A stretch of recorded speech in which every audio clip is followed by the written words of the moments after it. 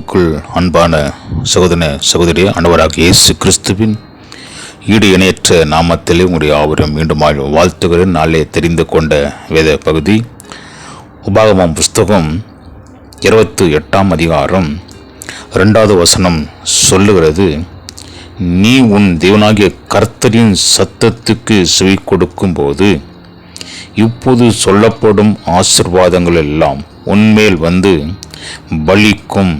நீ பட்டணத்திலும் ஆஸ்வதிக்கப்பட்டிருப்பாய், வெளியிலும் ஆஸ்வதிக்கப்பட்டிருப்பாய் என்று இந்த வேத பகுதி நமக்கு மிகவும் சரியாக சொல்லுகிறதை பார்க்கிறோம்.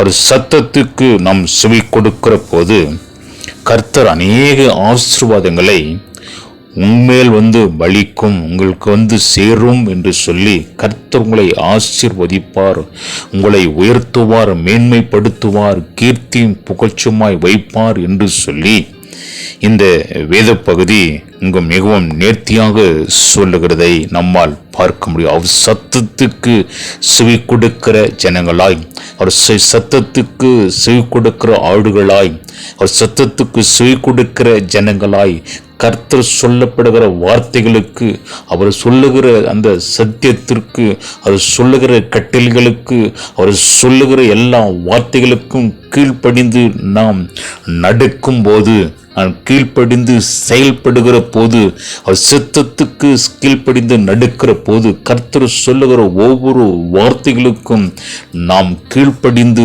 நடக்கிற போது கர்த்தர் நம்மை அவர் ஆசீர்வதிக்கிறவராயிருக்கிறாராம். அவர் சொல்லுகிற எல்லா ஆசீர்வாதங்களும் நம்மேல் வந்து பலிக்கும் என்று சொல்லி கர்த்தர் மிகவும் நேர்த்தியாக அவர் சொல்லுகிறார். நீ பட்டணத்திலும் ஆஸ்வதிக்கப்பட்டிருப்பாய், வெளியிலும் ஆஸ்வதிக்கப்பட்டிருப்பாய். நீ இருக்கிற இடத்திலே கர்த்தர் ஆசீர்வதிப்பார். நீ வெளியில் சென்றாலும் கர்த்தர் ஆசீர்வாதத்தை உனக்கு அங்கேயும் கர்த்தர் கொடுப்பார்.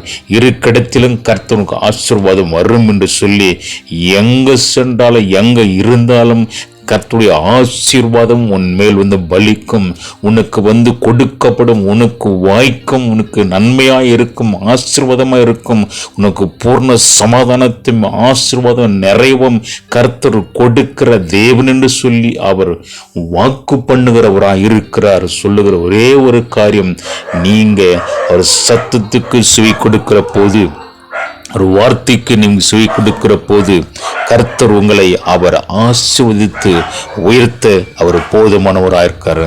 கர்த்தருக்கு கீழ்ப்படிங்க, அவர் வார்த்தைக்கு செவி கொடுங்க, அப்படி உங்களை ஆசீர்வதித்து உயர்த்த அவர் போதுமானவராயிருக்கிறார். கர்த்தர் உங்களை ஆசீர்வதிப்பார். ஆமேன், ஆமேன்.